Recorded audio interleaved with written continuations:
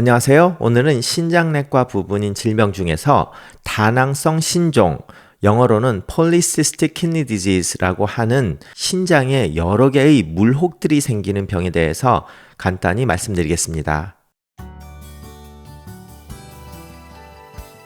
자, 아래에 있는 구독 버튼을 눌러주시고 알람 기능을 켜주시면 더욱 많은 분들이 저희 채널을 보실 수 있습니다.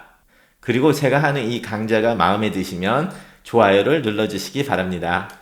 자, 오늘은 신장내과 부분의 이야기를 할 건데요. 그 중에서도 Polycystic Kidney Disease, PCKD라고 준말로 나와 있기도 하고 또는 ADPCKD, 오로소몰 도미난 Polycystic Kidney Disease라고 하는 질병인데요. 한국말로 찾아보니까 다낭성 신종 아니면 다낭성 신장병이라고 나와 있습니다.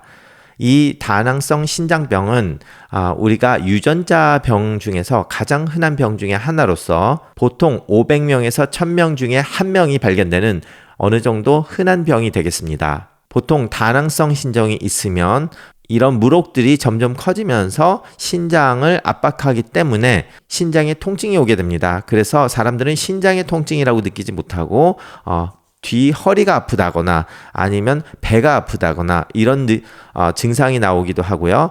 이 다낭성 신종이 얼마나 커지냐에 따라서 때로는 배를 만져봤을 때 그 신장의 물혹들이 만져지기도 합니다. 그리고 이런 물혹들이 가끔가다 터지게 되면 이제 소변으로 혈류가 나오게 되는데요. 며칠 전에도 제 환자분 중에 한 분이 이렇게 다낭성 신종의 질환을 가지고 계신데 갑자기 소변에 피가 나와서 오셔서 이런 이야기를 하게 된 경우가 있을 정도로 종종 일어나는 일입니다. 그런데 이런 다낭성 신장병이 생기면 물혹이 콩팥에만 있는 게 아니라 췌장이나 간에도 생기게 되는 것을 발견하고요. 가끔가다 혈관에도 생기게 되는데요. 이렇게 혈관에 물혹이 생기는 게 아니라 혈관에 생기게 되면 결과적으로 동맥류라고 해서 혈관이 있는데 그쪽에 이렇게 물혹처럼 이렇게 나오면서 생기는데 문제는 그 동맥류가 뇌혈관에 생기는 경우가 종종 있습니다. 그러면 뇌혈관 어디에 생겼냐에 따라서 증상이 약간 다를 수 있지만 대부분 두통을 야기하고 어느 정도 커진 상태에서 혈압까지 높다면 이것이 혈관이 터지면서 뇌출혈로 돼서 사망을 하는 그런 질환이 되기도 합니다. 제가 말씀드렸던 것처럼 이 질환은 오로스몰 도미넌트 형식으로 우성으로 유전이 되는 병이기 때문에 만약에 환자가 이런 증상이 나와가지고 초음파를 했더니 다낭성 신종의 진단을 받게 된다면 자기 형제자매 그리고 어머니의 아버님 아니면 연세가 드신 분이라면 자기들의 자식이나 형제까지도 검사를 해야 되는 질병이 되겠습니다. 자, 많은 사람들이 건강검진으로 복부 초음파를 하게 되는데요.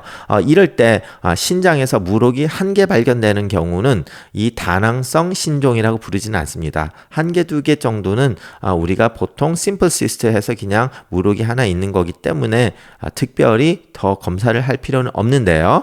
나이가 들면서 대부분 정상인에서도 물혹이 한두 개는 생기게 되고 정상인에서도 나이가 들면서 좀 많아질 확률이 있기 때문에 이 다낭성 신종을 진단하기 위해서는 초음파로 이런 낭종이 얼마나 있는지를 확인을 하게 되는데요. 30세 이전에 두 개의 낭종이 있거나 30세에서 59세 사이에 각각의 신장에서 두 개 이상의 낭종이 발견되는 경우 그리고 60세 이상에서는 각각의 신장에서 4개의 이상의 낭종이 발견되는 경우에는 다낭성 신종일 가능성이 97%에서 100%까지 우리가 확진을 할 수 있기 때문에 초음파가 아주 중요한 검사가 되겠습니다. 보통 이렇게 다낭성 신장병이 있으면 여과율 GFR이 보통 4에서 6ml/min이 감소가 되기 때문에 결과적으로는 어느 시점에 가서 말기 신부전으로 투석을 하게 되는 경우가 대부분입니다.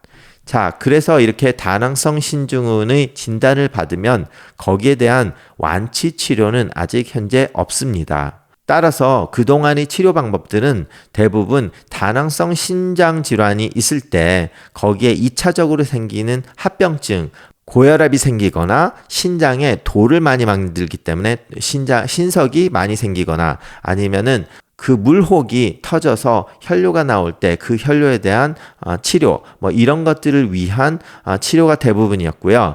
신장의 물혹이 점점 커지는 것을 방지는 못하지만 그 커지는 것을 지연을 할 수 있는 방법으로서 ACE 인히비터나 ARB를 썼던 것이 거의 대부분의 치료였습니다. 그런데 작년에 제날큐라고 하는 브랜드네임으로 톨밥탄이라는 상분명의 약이 FDA 어프로브드가 되면서 다낭성 신장병의 어느 정도 질환을 지연을 시켜준다는 치료약으로 FDA 허락을 작년에 받았습니다. 이 약이 톨밥탄이라는 성분명으로 10년 넘게 하이포나트리엠이아라는 저나트륨증에서 치료약으로 쓰여졌었는데요. 이걸 쓰다 보니까 신장에 시스트가 만들어지는 것을 좀 저하를 시킨다고 해서 연구가 좀 더 돼서 작년에 FDA의 허락을 받게 됐습니다.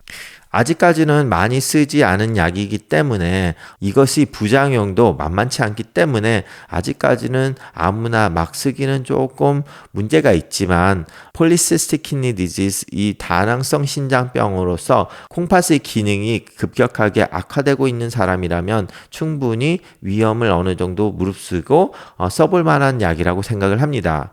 현재로 FDA 어프로브는 3기 신부전부터도 쓰면 효과가 더 좋다는 임상실험이 있기는 한데 솔직히 개인적인 생각으로는 좋은 것 같긴 한데 많은 자료가 없다 보니까 제가 적극적으로 추천을 해드리긴 좀 그렇고요. 그렇지만 충분히 어떤 의사가 그것을 써보자고 하면 거기에 대해서 충분히 장점이 있다고는 생각을 합니다. 그 약을 제외하고는 환자가 다낭성 신장병을 가지고 있으면서 어떻게 병의 악화를 막아볼 수 있는 방법이 있냐고 물어보면 가장 중요한 것이 저염식을 하라는 것입니다. 염분이 많이 들어오게 되면 그 자체가 신장에도 무리가 갈 수 있기 때문에 저염식을 강조하고 있고요. 혈압 관리를 철저하게 하셔야 됩니다. 혈압이 높으면 높을수록 시스트가 더 많이 만들어질 수 있고 거기에 대한 합병증도 생길 수 있기 때문에 혈압약, 그 중에서도 특히 ACE 인히비터나 ARB를